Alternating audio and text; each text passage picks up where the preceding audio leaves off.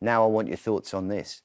Is Peter Andre's new film, Jamaican, offensive? Is it racist? The trailer has been released. It's getting a lot of flack. Have a look and see what you think. You want to go to Jamaica, pose as this Jamaican gangster, steal all his dough, and then hope to live. I mean, all I've got to do is learn the Jamaican accent. If you're ready for die, who am I to try and stop you? Here we go. Pat was not just a dialect. It's a way of life, an attitude. Let them know man say that. Kill man alright. Blop, blop,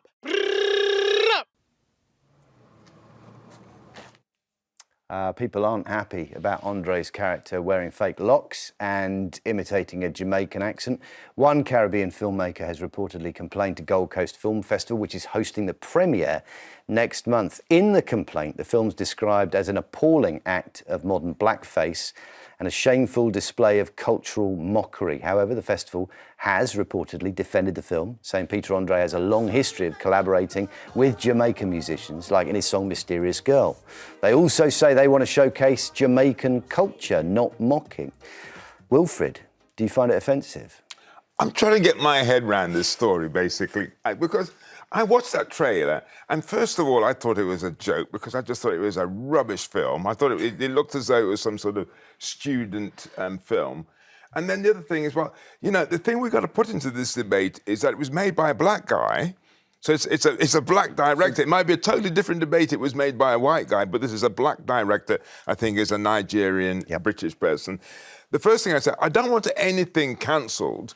What I'm offended by is that when people, because I was born in Jamaica, and so I regard myself as a British Jamaican. And the thing that really irritates me is this stereotype of what Jamaicans are. A Jamaican has dreadlocks and they speak like that in terms of a patois.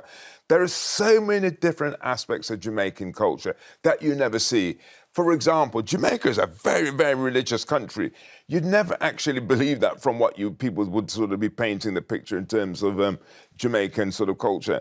And that I just think what is disappointing is that what it's doing is reinforcing a stereotype of Jamaicans, of Jamaica, that is not true. It's a tiny portion of what Jamaica is all about. I mean, just in that clip that we saw there where he's wearing the locks and he's speaking in patois, the assembled group around him is looking at him in disbelief. I wonder if we're missing the fact that this is a comedy and actually what he's doing is being laughed at within the context of the film itself. I mean, it feels like Peter Andre is playing a character that is he's the one being mocked and the people around him are looking at him going, what exactly are you doing? This is a terrible stereotype. So I agree, it's a horrible stereotype. And without seeing the whole film, it's difficult to know the whole tone. I know that Peter Andre's co-star is Jamaican. I would hope that he would be watching the tone of it throughout. And the strapline of the film is it's supposed to be a celebration and a highlight of Jamaican culture. Whether it is or not is difficult because we haven't seen the whole film. But it feels like Peter Andre, who I think is a really... I've met him a few times. He's an incredibly good, thoughtful, kind person. He seems like he's a really good guy. I really hope that him and his agent have been looked at the script and thought, this is on the right side of comedy, if that makes sense. But it's about celebrating a stereotypical part of Jamaican culture. There's a lot of people in Jamaica can't bear Rastafarism, can't bear the sort of dreadlocks. What it's actually showing is that, well, all Jamaicans are like that. They're not. And that's the stuff that I take issue with. I wonder, do you feel like you need to see it to be able to provide a judgment? Or does the fact that he is wearing fake locks and he's speaking that way, is that enough for you? I wouldn't want to see it, and I can't see why anybody would want to see it. That's the issue that I got, is that who do they think the audience is going to be? Who's going to look at that and think, oh, this is worth it? Do you think, given what you said, Cherry, that maybe Peter Andre's just been naive about the reaction this is going to get, and the reaction just to seeing him looking like that and sounding like that? I think the reaction, I'm not surprised by the reaction, if I'm completely honest. I hope that when you watch the whole film, the context of it makes sense, because I really hope that. But I think it feels like an interesting choice at the moment. Okay, well, listen, stay with us because I want to hear what you think. Do you find Jamaican offensive? Do you need to see more of it to really make a judgment? Or, like the film festival says, is it showcasing aspects of Jamaican culture? with me, and let's go straight back to whether Peter Andre's new film is offensive. We want to get your calls in right now. They're coming in thick and fast. Krina is in Middlesex. Tell me, Krina, do you find this offensive? And specifically, what is it about what you've seen so far that you do or don't like?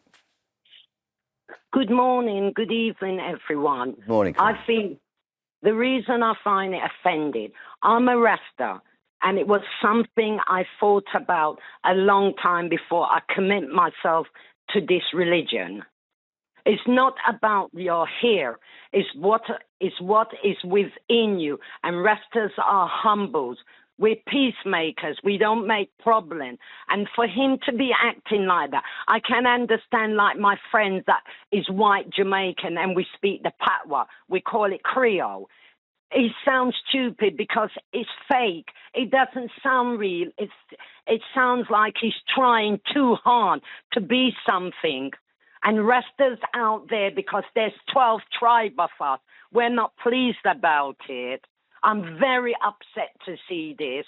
I think a white person who's Jamaican that speak my language like me should play that role.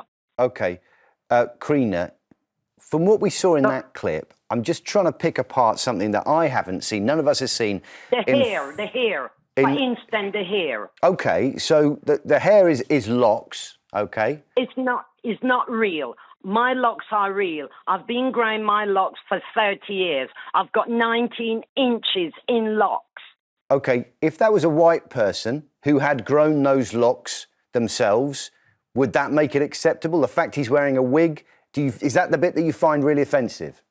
I find it because he doesn't speak our language, not because he went there and he made one song and he become famous. It's not because of that. Has he ever take time out with the Rastas and see how we live, our culture, our food, how we do things in a different way, and we believe in different things?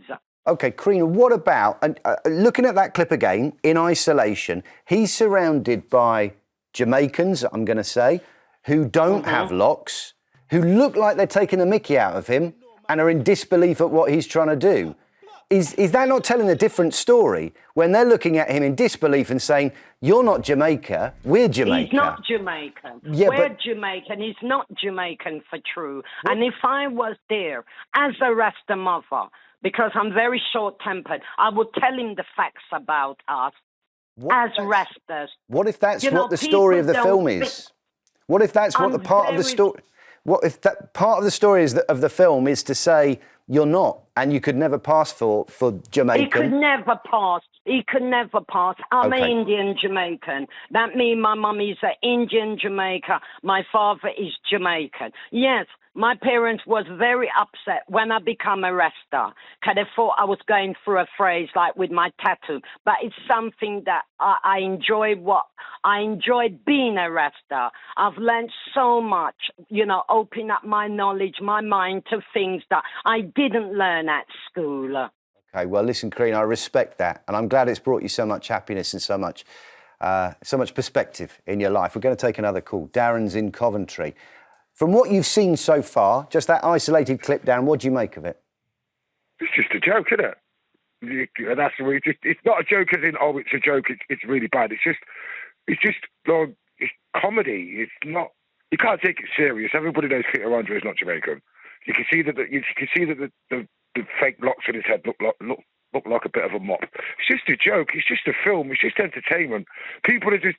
You can't say anything anymore. And I'm a comedian, and we have to tiptoe around everything because people get funny over feelings and sort of things. And everybody's got right to feelings, but it's just entertainment. It's nothing serious. Nobody thinks that Peter Andre is Jamaican or anything like that. It's just humour. Darren, is it easier for you and me to see it as entertainment, and maybe not for Wilfred? I don't know, Wilfred. What do you think? I do think it's entertaining. I just don't think it's funny.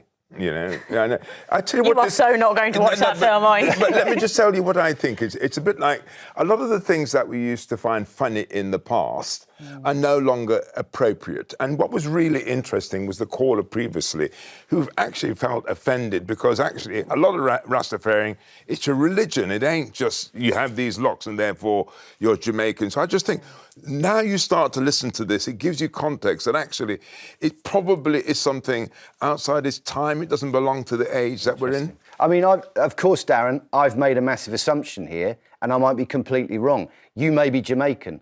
You may have Jamaican heritage, or your parents could be Jamaican. Okay, there we go. Okay, so tell me, even with that cultural context, you're prepared to look at it as entertainment and not worry about it too much? Yeah, it's not just because I'm a comedian. Everybody's different. Everybody finds different humour and finds their own sort of humour sort of things. And it might upset a lot some people, but you can't please everybody. And it's just entertainment. So certain people are not going to like it. There's films out there that it's funny, man. To me, it's funny. It's like Peter Andre's gone for being a not very good singer and everything and all sorts of things.